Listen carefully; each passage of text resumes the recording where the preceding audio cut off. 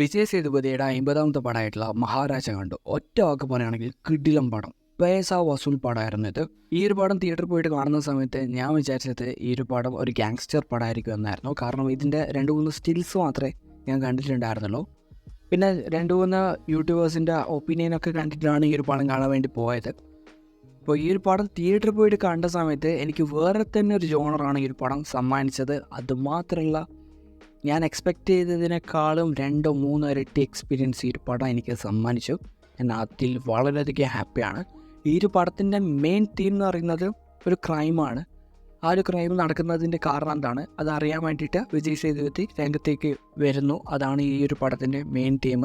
പിന്നെ ഈ ഒരു പടം നോൺ ലീനിയർ ആയിട്ടാണ് പറഞ്ഞു പോകുന്നത്. അതൊക്കെ കൊണ്ട് തന്നെയാണ് ഈ ഒരു പടം എനിക്ക് നല്ല രീതിയിൽ ഇഷ്ടമായത്. ഇപ്പോൾ ഈ ഒരു പടം ലീനിയറായിട്ട് പറഞ്ഞു പോയി കഴിഞ്ഞാലും ഇതിൻ്റെ സ്റ്റോറി കൊണ്ട് പടം രക്ഷപ്പെടും. പക്ഷേ നോൺ ലീനിയാരിറ്റി വന്നപ്പോൾ അതിൻ്റെ കൂടെ ഈ ഒരു ക്രിപ്പിംഗ് സ്റ്റോറിയും കൂടി വന്നപ്പോഴേക്കും ഈ ഒരു പടം വേറെ ലെവലിലേക്ക് പോയി.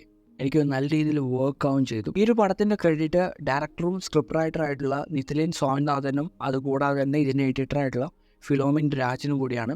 കാരണം ഈ 2 വ്യക്തികളുടെ എഫേർട്ട് എവിടെയെങ്കിലും കുറഞ്ഞെങ്കിൽ ഇതിൻ്റെ ഇമ്പാക്റ്റ് നല്ല രീതിയിൽ കുറഞ്ഞേനെ.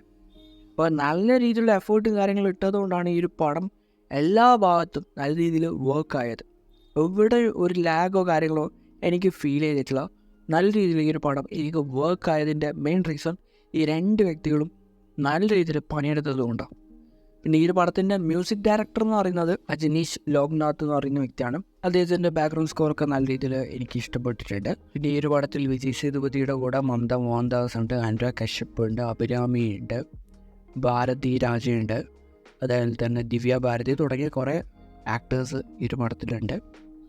അവരുടെ ക്യാരക്ടറും അത്യാവശ്യം നല്ലൊരു ഡെപ്തുള്ള ക്യാരക്ടേഴ്സ് തന്നെയാണ്. അപ്പോൾ അത്യാവശ്യം നല്ലൊരു ക്യാരക്ടർ ആർക്ക് എല്ലാവർക്കും കൊടുത്തിട്ടുണ്ടെങ്കിലും നമുക്ക് കൂടുതലായിട്ട് ഇന്ന വ്യക്തിയെ പറ്റിയിട്ടൊന്നും പറഞ്ഞു തരുന്നില്ല. അതായത് നമ്മൾ പുതുതായിട്ട് ഒരാളെ പരിചയപ്പെടുമ്പോൾ നമുക്ക് റഫായിട്ട് ഒരു ഐഡിയ ഇല്ല. ആ ഒരു ഐഡിയ വെച്ചിട്ട് തന്നെയാണ് ഈ ഒരു പടം പോകുന്നത്. അതൊരു യുണീക്കായിട്ടുള്ളൊരു അപ്രോച്ചായിട്ടാണ് എനിക്ക് പേഴ്സണലി തോന്നിയത്. പിന്നെ ഈ ഒരു പടം ഫാമിലി പടം എന്നല്ല, അത്യാവശ്യം നല്ല വയലൻസ് ഉള്ളൊരു പടം കൂടിയാണിത്. അപ്പോൾ വലിയ രീതിയിലുള്ളൊരു പ്രതീക്ഷ വെക്കാതെ കണ്ടൊരു പടമായിരുന്നു ഇത്.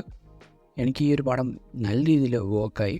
അപ്പോൾ പ്രതീക്ഷ വെച്ചിട്ട് നിങ്ങൾ ഈ ഒരു പടം കാണാൻ വേണ്ടി പോയി കഴിഞ്ഞാൽ തന്നെ നിങ്ങൾക്ക് ഈ ഒരു പടം ഇഷ്ടപ്പെടും എന്നാണ് എൻ്റെ ഒരു ഒപ്പീനിയൻ. അപ്പോൾ ഈ ഒരു പടം നിങ്ങൾ കണ്ടിട്ടുണ്ടെങ്കിൽ നിങ്ങളുടെ അഭിപ്രായം ഒന്ന് രേഖപ്പെടുത്താം. So thanks for watching. See you guys in the next video.